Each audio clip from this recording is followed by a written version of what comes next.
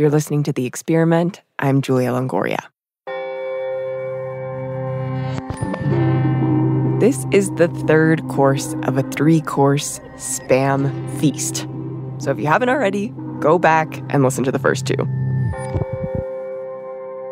At the start of our journey, producer Gabrielle Burbet set out to solve a family mystery and popped open a Pandora's can. Spam, we learned, was an invention of the Great Depression, a reliable source of protein in hard times. Then, during World War II, Spam traveled overseas in the food rations of American GIs, where it was many soldiers' dying meal. But in the Pacific Islands where those GIs landed, Spam became a symbol of freedom, an emblem of the American dream. Then, 40 years later, Spam sparked a bitter strike that went on to tear its hometown apart.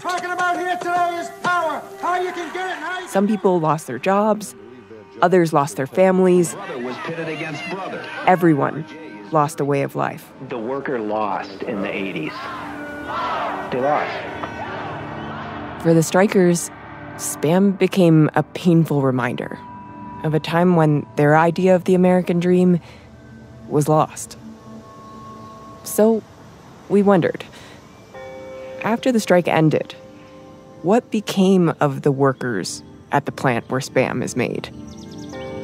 To answer this, we turned to a time around 2006, when the Spam saga takes another turn.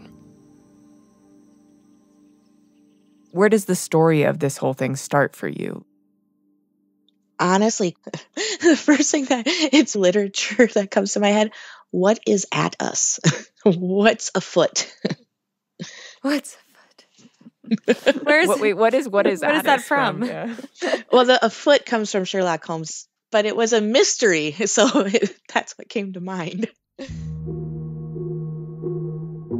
We begin with a detective of sorts. My name is Carolee Dollego. I work at Austin Medical Center. It's now Mayo Clinic Health System. I'm a staff interpreter liaison. Carol translates for doctors and patients at a medical clinic in Austin, Minnesota, Spamtown, USA. Patients speak Spanish primarily. You're greeted at the desk, you check in. The nurse takes you back, asks some preliminary question, takes your vital signs. And one day, like any other day, the gentleman came in. Carol greeted a patient who was there to see one of the doctors. As the provider does their interview, the person would answer, I would interpret, and it goes back and forth like that. The man began to describe his symptoms. I'm weak, fatigued and tingly, and I don't have energy. I want to go to work. I can't work. I can't get up the stairs at work. I can't hold my equipment at work.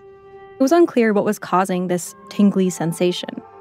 When the appointment was over, the patient left, and Carol went on with her day.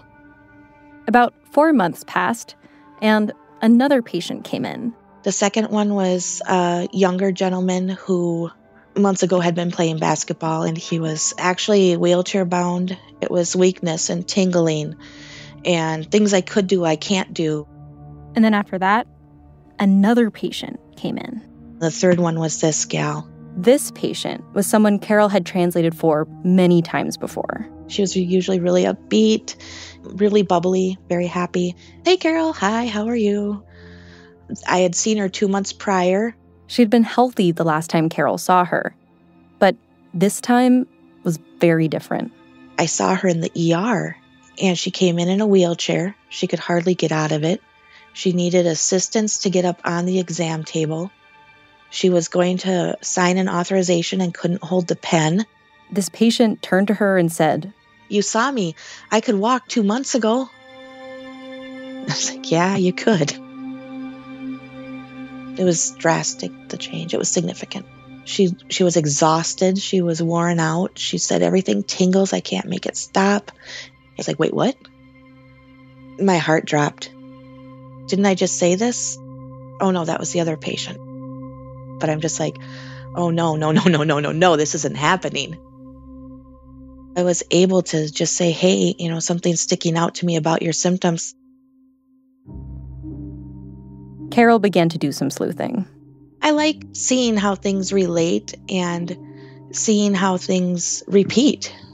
I'm a big pattern person, so I was trying to draw a web around each day. Like I'd put a person in the middle, and then I'd just, like brainstorm on paper, basically. Can I ask you more about anything you've done different lately, or where do you work? And she found out that all these patients with the same symptoms, coming from different departments across the hospital, from different doctors, they did have one thing in common. It turned out that the answer that was repeating was it was always the same department in the same position. They worked in the same meatpacking plant, the plant where pigs are slaughtered for Spam. I thought, okay, there is a link. What happened here?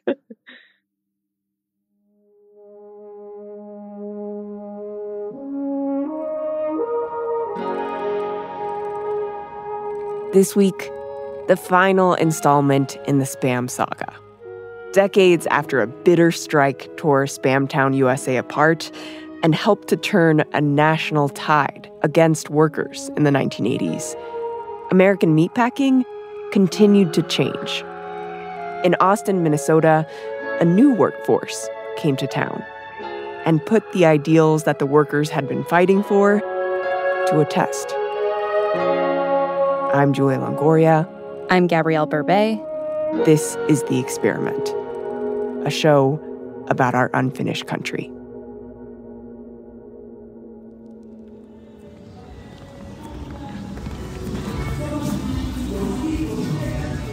Throughout our time reporting in Austin, Minnesota, we wondered who are the workers who make Spam today. And we saw clues all over town. We just walked out of this bar, Cuatro Copas, and directly across from it, there's the Spam Museum. Across the street from where we toured the Spam Museum, a bar is full of Central Americans dancing cumbia. And then We're walking into the Mexican grocery store across from the Labor Center. directly across the street from the 1980s strike headquarters We've had like 20 tacos since we've been here. was a delicious taco Some stand. cheese to make quesadillas. We have chorizo. That way you can make chorizo con huevos. A lot has changed in Austin since the 80s. Some of that has to do with what happened in the meatpacking industry. In the 80s, larger meatpacking plants started buying out smaller ones in a wave of consolidation. Unions crumbled, wages dropped. But some of the change is unique to Austin. When the Hormel strike ended in 1986, only about a third of those strikers came back to work in the plant. Permanent replacement workers came in to fill empty spots. And then, the very next year, Hormel announced some big news. They would no longer slaughter pigs that went into their products like Spam. Instead, that would be done by a new and separate company called Quality Pork Processors, or QPP. But here's the thing. The QPP plant wasn't in another town or even in another part of Austin. QPP workers worked in the same Hormel facility, using the same equipment. A journalist, Ted Genoways, wrote a whole book about this, and he reported that a wall was physically installed inside the plant to separate people in QPP slaughter from those in Hormel's packaging. Even though QPP was only slaughtering pigs for Hormel, the key difference was that QPP paid workers less than Hormel's union negotiated rate.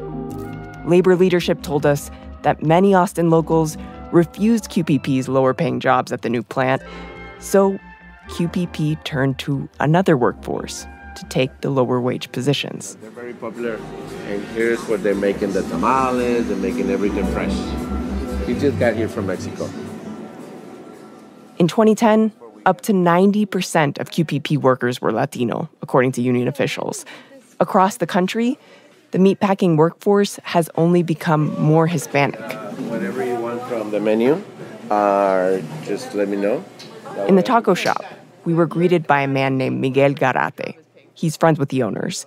And whenever we asked anyone about the Latino population in Austin, everyone invariably said, you gotta talk to Miguel. People say that about me. What do they say? You know, it's Miguel the Pied Piper. People follow him. The Pied Piper, or unofficial liaison of the Latino community here. What is the story of you deciding to come here? Where does it start? I was born in Tampico, Tamaulipas, Mexico. Miguel grew up in a border town across from Brownsville, Texas. I had the best childhood because I was very popular in my neighborhood. It seems like his Pied Piper tendencies started early. In my block, we're the only one that have a TV. And I used to have all my friends come into my house, and I used to charge them 20 cents to come into my house. And my mom's, and then my sister, they'd make popcorn. I remember we watched Tarzan, Gunsmoke. I wish I can go back to those days. And as an adult, he had a good life. A wife, a daughter, a 4-year degree, and a job in accounting. But then, in his 30s... My plan was to get out. I need to get out because, for me, I was burning from inside. And I need some fresh air. His marriage began to fall apart, and he was looking to start over. And then, almost on a whim... I said, well, I'm going to go to, like, a job fair. He went to a big office building where there were tables set up. Recruiting people to go work in the fields, work in production. And looking at the sea of tables, he made direct eye contact with one recruiter. And this lady said, are you looking for a job? And I stopped in that table and... Why? Because of her. Because her hair was brown, short. Most that I remember, her green eyes, very like emerald color. Elizabeth Taylor's eyes, very powerful eyes. And she said, well, we're from Austin, Minnesota. We're a production company, and we do packaging, and we're looking for people like you. And I go, really? What do you mean like me? You know, they really speak the language and then bilingual. They were looking for people who could speak both English and Spanish to communicate with Spanish-speaking workers. I go, I'm not really bilingual. You know, I'm not a professional bilingual or professional interpreter. And she said, well, why don't you try? You want to apply? Sure, why not? Did you know that the company that you would be working for made Spam? Never. They told me it's a production and they do hams and this and that. But they never mentioned me about killing pigs. And I went home and I remember after a couple of weeks or maybe a month, I call and then go, the offer's still going? Yeah, are you coming? Yeah, I'm in my way. Miguel said a tearful goodbye to his family, packed up his car, and started driving toward his North Star, those Elizabeth Taylor eyes in Austin, Minnesota. I listened to my radio. Naturally, he cranked up the music. Whatever state you're going through, you're trying to look for the Spanish music. And as soon as you pass Texas, it's another station. And into Oklahoma, it's another station. Spanish music in every state. Eventually, he started to see signs. Austin, 7 exits. And you go, okay, 7 exits. 5, 4, 3, and you find the main road. And you get up and you go like, wow, what is this? And you go, what is this? What did you see? What did you see? I go like houses, but no people. You know what I mean? This is a ghost town. This is like very quiet, you know. Where is everybody, you know? But my life changed after my first day of work. Early the next morning, Miguel drove through the empty streets of Austin for his first day at QPP. The parking lot was full of cars. I said, no wonder they're all here, you know? I know where the people are. I go, that's where they are. I walk in, and everybody was waiting for the orientation. We all wear white with boots and helmets and like a very professional people. Oh, we went down and was like, whoa, pigs everywhere. My God, what is this? Careful. I never in my life see all this many pigs hanging from the ceiling and then moving and then blood on the floor. That was kind of like not as scary, but, you know, surprise. See all these pigs hanging in the ceiling. Of course, I remember our coat got bloody, but it's because they were leaking, you know. And that was like pigs on the floor, and then you have someone picking it up with a little four-wheel car, push them in and take it back to the rail. And I heard people saying, "Hey, welcome newcomers," in the Spanish and in English, and they were going, "Yeah, woo!" I was like, "Oh, okay, thank you." And I can see 90% that were Latinos. I go, "Oh my God, there's people here that they know maybe my language. Where are you from? Where are you from? Oh, I'm from McAllen. I'm from here. I'm from there." ¿De dónde son? México. El estado de Coahuila. De México, vengo de Panadero. I was born in Mexico, north of Mexico. My uncle is also from Mexico too. A lot of Hispanics from Mexico, especially from Oaxaca. They bring their family. First, one makes the adventure. Then this one calls his cousin, and this cousin another cousin, and when you ended up, you're having tons of people from the same villages. Estaba lleno aquí de hispanos. We talked to about a dozen people who made the journey, like Miguel, from Mexico to Austin. We took the trip, and I said, wow, what a cute town. It looks like a postcard. Everything was green. The houses looked great, and the cars were new, and people smiled at you. Even the garbage looked nice.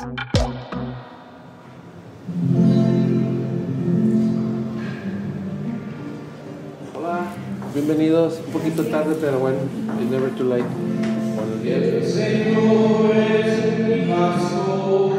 And since he arrived, the Latino community has only grown. Right now, we are at the Queen of Angels Church in Austin, Minnesota. A church in town that used to serve the white Catholic community in the 80s now serves the Latino community here. I go to the Bible study, and I walk, it's like 100 kids. I go, where is all this coming from? But they're here.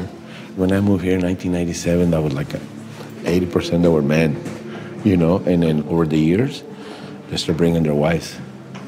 And then the kids, now they bring the grandma, grandpa, or an aunt or someone to help. QPP has become a starting place for a new life. Miguel started there, worked his way up. He actually ended up recruiting for QPP. And now he works at the community college. That lady who first recruited him? We become good friends, one to another. We just start dating, and then now I have 5 grandkids. They've been together for over 2 decades. And we heard similar stories of success all over town. My first job, it was interpreting every Monday for Hormel. An interpreter who ended up starting his own driving business to help newcomers get acquainted to Austin. Do your parents own this store? Yeah, they do. Oh. The owner of that taco shop we loved. The parents are my friends, like family to me. And started at QPP. Now they have a beautiful home in Morelos. Now they own a vacation home in Mexico. It's a beautiful home. They send me pictures, and I go, I will send you a picture next week from Playa del Carmen and see who's going to get you. I know, lucky him, right? He should take all of us. He should take all of us there. We came to Austin, Minnesota 40 years after a strike divided families here and tore the town apart. We wanted to know what became of the ideas the strikers were fighting for, their dignity, a comfortable way of life for their families. What do you think is the legacy of the strike? What I understand, sometimes for something bad, always something good come out. Maybe the strike, that was meant to happen because they bring all these new people to town. It seemed like the idea of the American dream didn't die here after the strike. It was just passed on to a new group of people. I'm very happy the strike happened because they bring a lot of new people to this new job force. And then they hire all these people from all over. And then they're here. They've been here for 20-something years. They buy houses, cars. And I think the strike brings something good, more people to our community.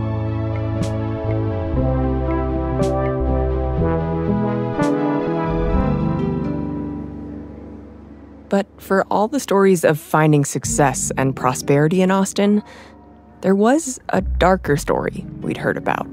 When the illness was going on in the plant, that's one thing that people don't want to talk too much. A story about an illness that had spread among workers at the plant. Do you think that you'd be able to put me in contact with any of the people that have worked at the plant at this time? Like when we tried to track down people who may know more about what happened. I don't remember seeing them for the last years. I don't remember. We kept hitting dead ends. I can ask him, but no, I don't know if he would want to do that or not. I don't remember the name. It's a long time ago. So we asked Miguel about it. We had read about some kind of problem at the plant. When was the first time that you heard about some kind of disease? Or that disease, it came out to surprise to our community. And that years, I remember that was something that you were afraid that you had that with you. What were people calling it? El dengue del marrano, the pig disease. I know a person that got sick with that disease, but what it is, I don't know. I asked him to talk to you guys. Let me see if she answered, okay? Okay. That's after the break.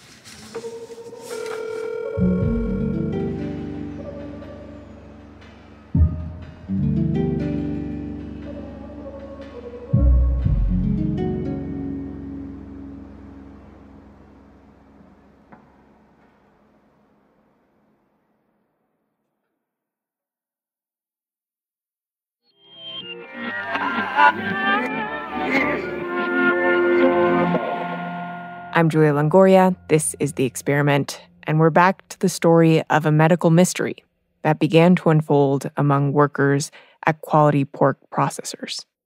¿Y puedes presentarle cuál es su nombre y qué hace? Sí. After Miguel introduced us to the worker that he knew who got the disease, we asked this man if he could meet us at our hotel. This is better. Entonces, ¿cuál es su nombre? Okay. Mi nombre es Prisciliano Valle. ¿Y quiere presentarle o no? Prisciliano's wife came with him too, but didn't want to be identified. ¿Podría contar cómo se conocieron? But when I asked them both how they first met... En el trabajo. ¿Ah, sí? Estamos trabajando. She opened up a bit. Ya desde entonces ya nos separamos. They met at work, at a bodega in their hometown of Coahuila in Mexico. ¿Qué atractó? They were instantly attracted to each other. Que estaba muy bonita. She was beautiful. Pues que era muy serio y guapo. And he was serious and handsome. Sus ojos. She liked the way he looked at her. Muy pronto nos casamos. And within 6 months of meeting, they were married. 37. Wow. They just celebrated their 38th anniversry. Éramos muy bailadores. Empezábamos el baile. Los primeros? Sí, en abrir el baile. Whenever they went to a party, they were that couple. The dance floor pioneers. 5 hijos, sí. And their first child, out of 5, was born in Mexico in 1984. Hello? Hello? Hi, is this Luis? His name is Luis. He lives in New York City now. Are you the oldest? I am. I'm the oldest child, too. So it's get me. Oldest children for the win. And where were you born? In the city of Monclova in northern Mexico. I grew up without indoor plumbing, hated going outside to the outhouse. I don't want to say we lived in abject poverty, but we were very poor. And so the American dream was the pull factor. Me vine solo. 2 de enero del 90. My father swam the Rio Grande. Prisciliano swam across the border alone, without his family, in the winter of 1990. He ended up in Austin, where an aunt had been living, and his family followed him a few months later. It was exciting. For me, as a child, coming here, it was exciting, especially when it started snowing and the cars were new and people smiled at you, and of course, everyone was white. Every single person. The Valle family was part of the first wave of Mexican families to come to Austin after the 1986 strike. Once I got over my excitement, it was pretty lonely. From being surrounded by hundreds of relatives to just essentially being my parents and my brother and me. So it was just, it was just essentially me hanging out with my mom. Every Saturday morning with my mother, she'd wake up early and wake us all up. And we were, she would put the music up really loud and play all these old Spanish power ballads. Like which one? No Tengo Dinero was a favorite of hers. No tengo dinero? No Tengo Dinero, yeah. It's a song about not having any money to give to your loved one. Probably because we grew up poor, and so like it's just emblematic of really her relationship with my father. But over time, Bresiliano did have money. After working a few jobs around Minnesota, he landed a job at QPP. Y me gustó el trabajo. Me gustó. He says he really liked the work. Y el olor. My dad would smell every time he came home. Even though he smelled bad. Feísimo. Because he worked in slaughter. Matanza, que hay que saber hacer los cortes bien. You had to know how to do the cuts well without hurting yourself. My dad was only making a little over $12 an hour.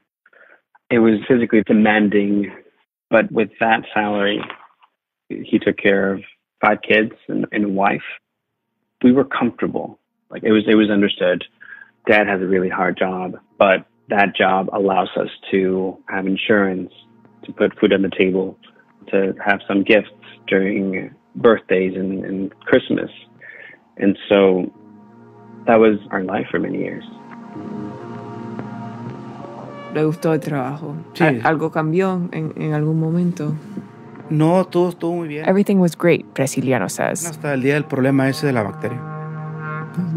2007. Until 2007, 13 years later, when something strange started happening.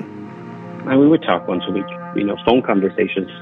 By then, Luis was away at college. Empecé yo a sentir dolores en los pies. He would say that the soles of his feet felt like they were burning. Que se me calentaban. Y luego se me dormían. And then that burning sensation would move out to his knees. Me cansaba mucho caminar. He had difficulty walking. No podía usar zapatos. Me iba en chancla, en sandalias.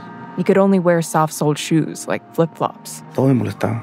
And out running errands? Walmart o íbamos al mall, no caminábamos mucho y luego se sentaba. He'd just run out of steam and need to sit down. Aquí los espero. Y se levantaba de la cama a medianoche. He'd wake up in the middle of the night with pain. En sus chamorros de él, en los pies se le levantaba así como... His wife said his calves would tense up. It felt like there were snakes or something moving inside. And it just stayed. ¿Tenía alguna teoría de... Maybe he was just getting old? Sí, yo estoy viejo y ya no puedo caminar. No, pero todavía estaba joven. But he was still in his 40s at that time. Yo pensé que era el trabajo. No, pues el trabajo. By then, he'd been working at the plant for 13 years. Maybe that's what it was. But it was just the wear and tear of doing that kind of job. He tried any remedy he could think of. Every type of ointment. Oh my gosh, did he put Vicks Vapor Rub? Oh, of course, yeah. Of course, I mean, that's the staple in Latino culture. You put Vapor Rub on everything. But he would not go to the doctor. Tengo miedo. ¿Tiene miedo? ¿Tiene miedo al hospital? Es que nos meten agujas. He's scared of needles. Porque él no quería y yo le decía, algo tienes. Yo lo veía. But his wife insisted and got him an appointment at Austin Medical Center, where they were greeted by the interpreter. Caro, sí. Carol Hidalgo. They all came in with, I'm weak. The pattern person. I can't do these things. I don't have energy. I want to go to work. I can't work. I can't get up the stairs at work. I can't hold my equipment at work. It just was on me like that. I got to say something. I have to say something. Finally, Carol did do something about it. I went to the providers who worked ER and cardiology. She told the doctors about this strange pattern she was seeing in their patients across the hospital. There did seem to be a definite pattern that was occurring. Dr. Peter Dick and the other doctors all had the same question. What do they have in common? Many of these workers were Spanish-speaking. They all worked at Quality Pork Products in Austin, Minnesota. And so we then took this information and went to the Minnesota Department of Health and reported it to them.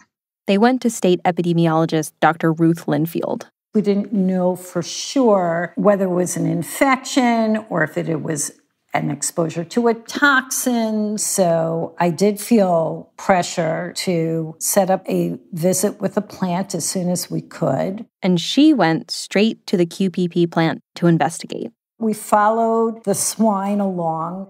You see the pigs hanging, and they go to different stations. One specific station caught her eye. And just a heads up, the next description is pretty graphic. Where people are removing pieces of meat from the head. Era la que le sacaba los sesos de la cabeza. ¿Verdad? Entonces sacaban con aire. Prisciliano worked in this area. The head table. As you approached, you could see bits of the swine present on people's gowns, what they were wearing, their protective garb, and that there also were pieces in the air. The bits of matter floating in the air was bits of brain. Pig brain. And they would put a tube through the swine skull. A machine would release a burst of pressurized air into the skull of the pig through a tube to liquefy the brain and push it out. And so the brain then would get somewhat liquefied and sucked into this hole that would then go into a bucket. There was material that was in the air and on people. The closer you were to that device, the more likely you were to have become ill. Do you remember what you were wearing? De blanco. Blanco. I don't think they were wearing masks. Some of them did not have protective sleeves. Y pues sin saber nosotros lo respiramos. Without knowing it, workers near the pig brain machine seemed to be breathing in the blown brain matter. So these foreign proteins are coming in through your lungs, through your mucous membranes. And the problem is those pig proteins and human proteins look very similar. So when pig brain matter entered the workers' bodies, the workers' antibodies began to attack the pig brain as a foreign invader. But because pig and human proteins have a really similar structure, the workers' bodies also started attacking their own nerves. El anticuerpo de nosotros. The workers were having an autoimmune response, which is when a body, in trying to protect itself, ends up self-destructing. Están batallando ahí adentro. We went to QPP for comment, and they didn't answer a lot of our questions. But they did say they reached out to the Minnesota Department of Health when workers got sick. And they told us that once they learned the disease was linked to the machine, the company stopped using it immediately. And they haven't used it since. But there was still one question.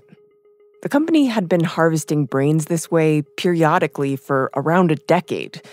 So why were workers getting sick now?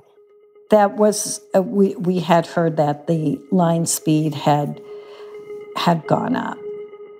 One of the doctors told the press that an increase in line speed was their best guess of why workers were getting sick now.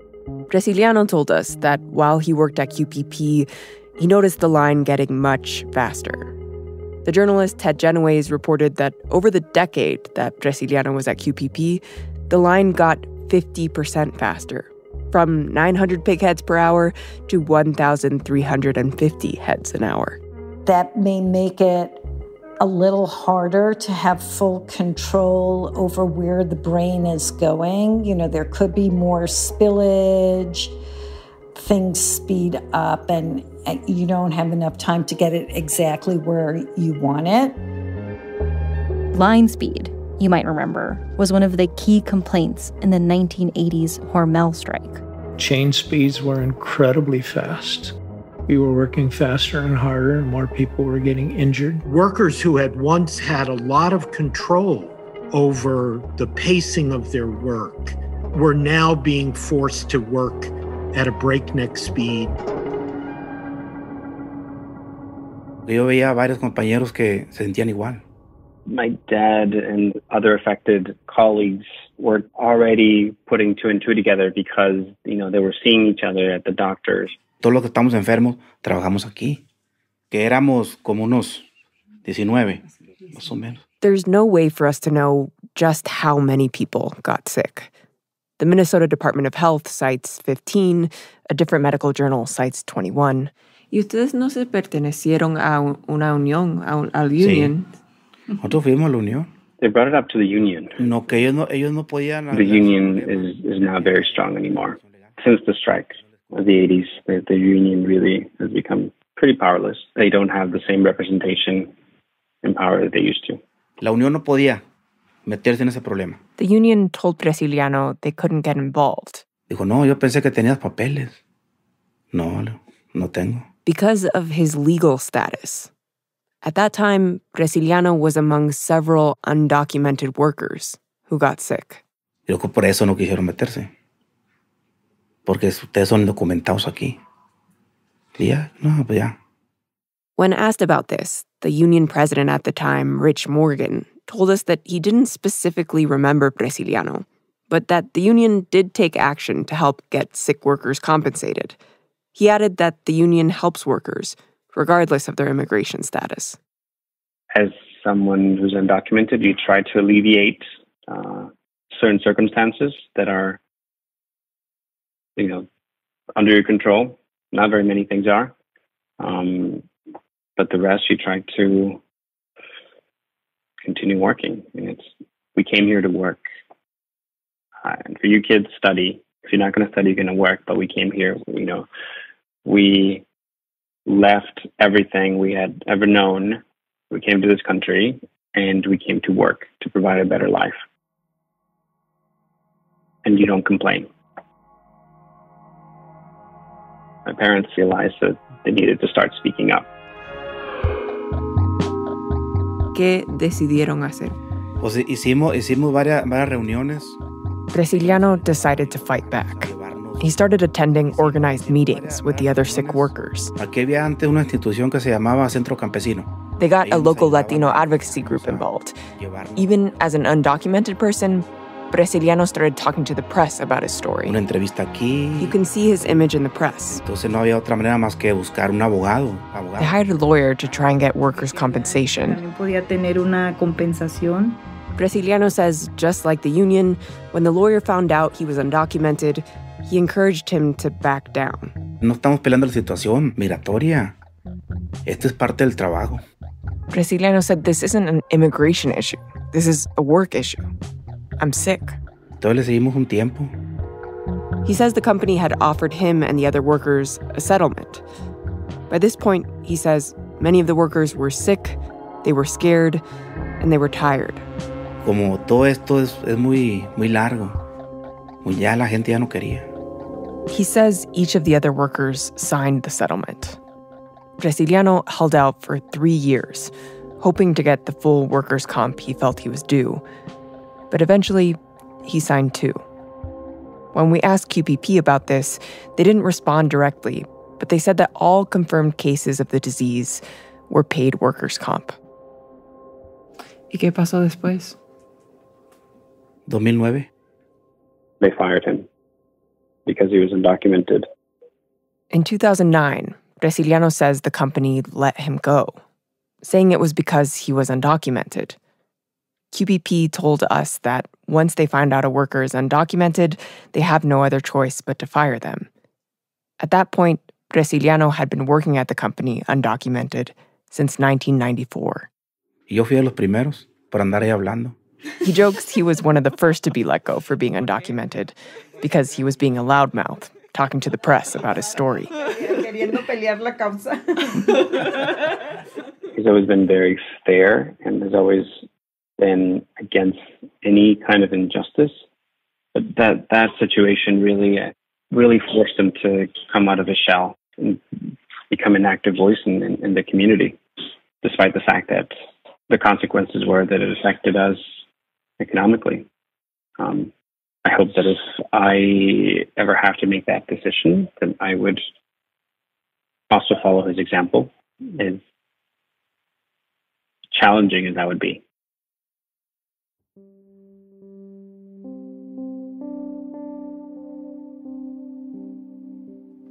¿Y de dónde salió ese como espíritu así?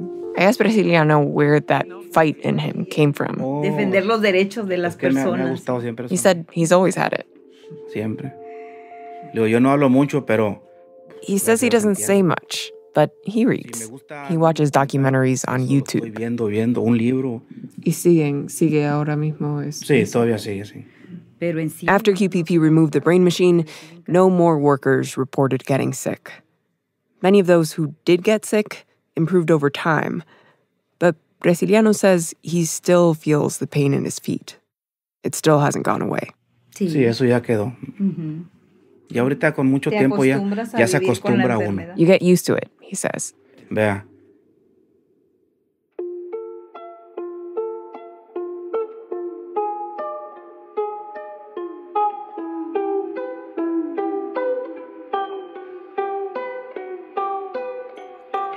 In many ways, the behind-the-scenes story of how Spam is made is the story of American meatpacking. A story of unions losing ground in the 80s, of plants shuttering, meatpacking wages falling, and production lines speeding up. Today in meatpacking, more than half of workers in those lower-paying, faster jobs are immigrants. QPP told us that today, about a third of their workers are Hispanic. Just a few months ago, the USDA announced a plan to let some meatpacking plants try out even faster line speeds than before. And this story isn't limited to meatpacking. Across U.S. manufacturing, fewer workers belong to unions, and wages have stagnated. But here's where the story of Spam is different than the national meatpacking story. In the 1980s, the strikers at the Hormel plant fought back against a movement crushing American workers and fought for their families.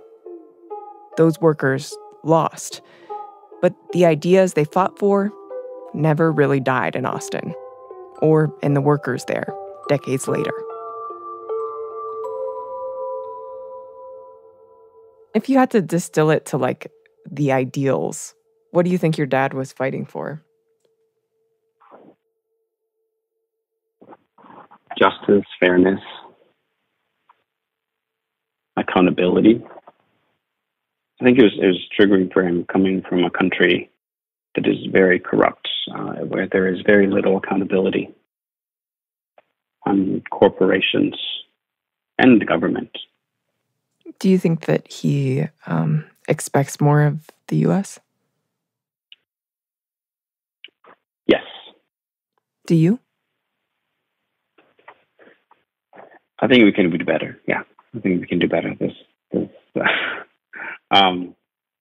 Yeah, I have to in my line of work. I am a trained epidemiologist and biostatistician, and I work for the New York City Health Department. Actually, the last 5 years, I've been working in immigrant health policy. I have to believe that we as a society can do better. Do you think that everything that happened to your dad, the disease and his fight, do you think it affected what you chose as your line of work? I think actually the connection is there. Yeah, the bringing justice into these communities, moving away from the injustice and errors of the past in public health and the medical field, where we've blamed these populations for their bad health and health outcomes, without really looking and studying into the actual possible effects of what is causing them. High unemployment, it's racism, it's lack of housing, lack of access to care. We didn't have a voice. I didn't have a voice for many years. It took me a while to get my voice. My parents are still, trying to get their voice back.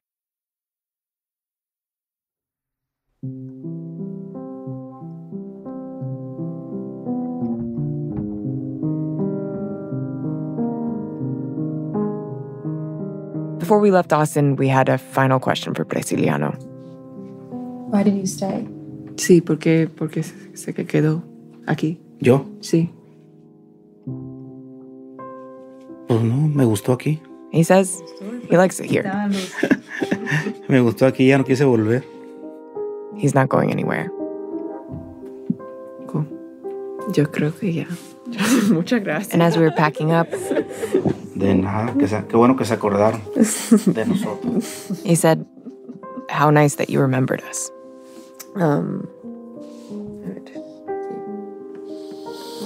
Bueno, muchas gracias.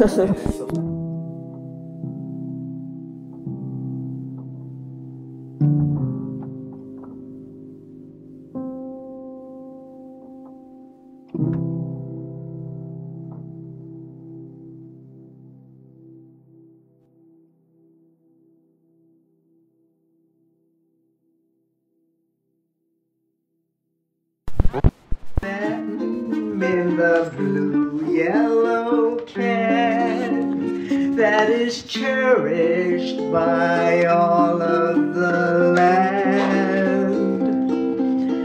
It's ono to eat, so deliciously sweet when cooked in a hot frying pan.